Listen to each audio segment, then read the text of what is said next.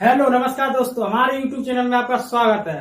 तो देखिए, हम आपको मौलिक अधिकार पढ़ा रहे हैं, जिसमें हमने आपको समानता का अधिकार अनुच्छेद 14 समानता का अधिकार अनुच्छेद 14 से 18 तक और स्वतंत्रता का अधिकार 19 से 22 तक और शोषण के विरुद्ध अधिकार 23 से 24 तक और धार्मिक स्वतंत्रता का अधिकार 25 से 28 तक समानता का अधिकार।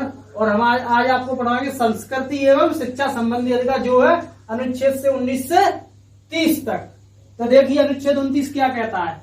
अल्पसंख्यकों के हितों का संरक्षण।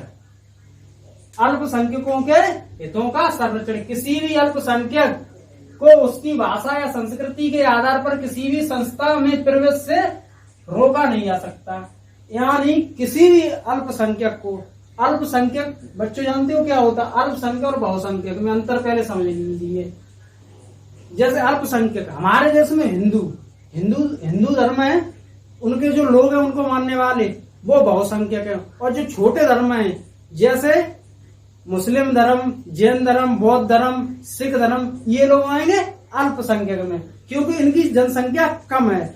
जिस देश में जिस धर्म की जनसंख्या ज्यादा होती है उन लोगों को बहुसंख्यक कहते हैं, और जिनकी कम होती है उन्हें अल्पसंख्यक कहते हैं। उस स्थिति के आधार पर, देश की स्थिति के आधार पर, जैसे हमारे यहाँ हिंदू धर्म, तो हिंदू धर्म के जो लोग हैं वो बहुसंख्यक हैं, और जैन, बौद्ध, मुस्लिम, सिख, ईसाई, ये सब कैसे? अल्पसंख्यक। तो आइए देखते टॉपिक। तो किसी भी अल्पसंख्यक को उसकी भाषा या संस्कृति के आधार पर किसी भी संस्था में प्रवेश से रोका नहीं जाएगा। यानी किसी भी अल्पसंख्यक को उसकी भाषा या संस्कृति, क्या है? भाषा या संस्कृति के आधार पर किसी भी संस्था में प्रवेश से रोका नहीं जाएगा।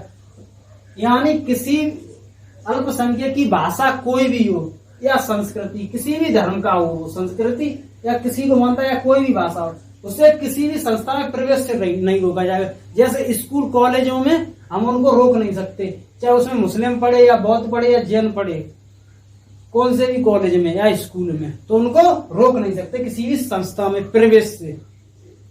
ये आपको समझ में आया? अब देखेंगे अनुच्छेद 30। अनुच्छेद 30 क्या कहता है?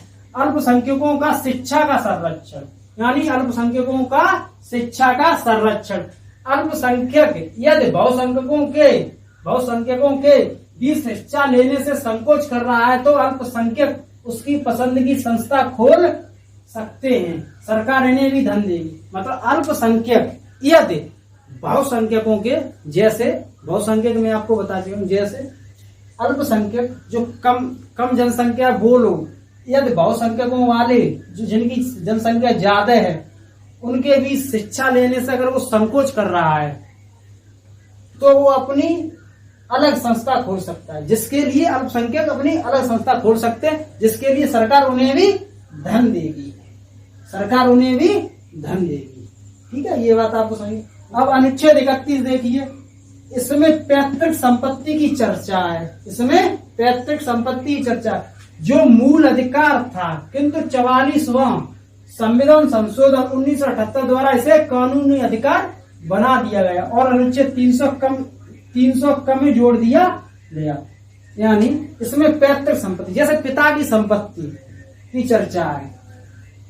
पिता की संपत्ति, जैसे आपके पिता हैं और आप उनके बच्चे हैं, तो उनकी जो संपत्ति है उस पर आपका अधिकार होगा।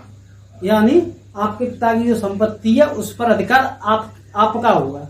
तो पैतृक संपत्ति की चर्चा, जो मूल अधिकार था, पहले जो मूल अधिकार था, किंतु अब इसे 24वें संविधान संशोधन 1978 द्वारा इसे कानूनी अधिकार बना दिया गया और अनुच्छेद 300 कम में जोड़ दिया गया है। पहले मूल अधिकार था, अब ये कानूनी अधिकार हो गया है।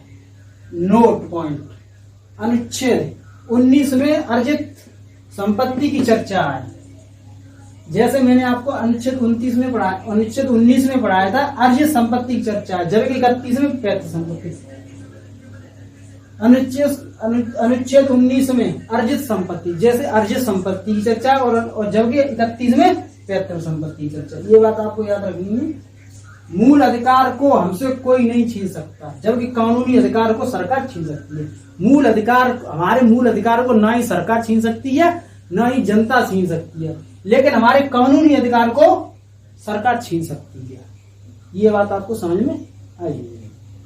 अब देखिए संवैधानिक उपचारों का अधिकार, अनुच्छेद 32। अनुच्छेद 32 क्या कहता है? मूल अधिकार को मूल अधिकार बनाने वाला मूल अधिकार कहा जाता है। मूल अधिकार को मूल अधिकार बनाने वाला मूल अधिकार कहा जाता है। मूल अधिकार को मूल अधिकार बनाने वाले को मूल अधिकार कहा जाता है। यानी क्योंकि इसके हनन के मामले में वह सीधे सुप्रीम कोर्ट जा सकता है। यानी आपके मूल अधिकारों का हनन हो, यदि आपके मूल अधिकारों का कोई हनन करे तो आप सीधे सुप्रीम कोर्ट जा सकते हैं। सुप्रीम कोर्ट 5 प्रकार की रिट याचिका जारी करता है। यानी आप सुप्रीम कोर्ट जाओ तो सुप्रीम कोर्ट 5 प्रकार की रिट याचिका जारी करेगा। वो हम आपको अगली क्लास में पढ़ाएंगे। फिलहाल आज के लिए इतना ही है, तो हम एक बार फिर से रिवाइज कर लेंगे। अनुच्छेद 29 क्या कहता है? अल्पसंख्यकों के हितों का संरक्षण। अनुच्छेद 30 क्या कहता है? अल्पसंख्यकों को शिक्षा का संरक्षण। अनुच्छेद 31 क्या कहता है? इसमें पैतृक संपत्ति की चर्चा है। और अनुच्छेद 32 कहता है कि संवैधानिक उपचारों का अधिकार। ये बात आपको डॉक्टर भीमराव अंबेडकर ने संविधान अनुच्छेद 32 को संविधान की आत्मा कहा है। अनुच्छेद 32 को संविधान की आत्मा कहा है। तो हमारा वीडियो देखते रहिए और फॉलो करें ज्यादा से ज्यादा। आपको ऐसे ही वीडियो मिलते रहेंगे, और इसके लिए लाइक करें, चैनल को सब्सक्राइब करें। धन्यवाद।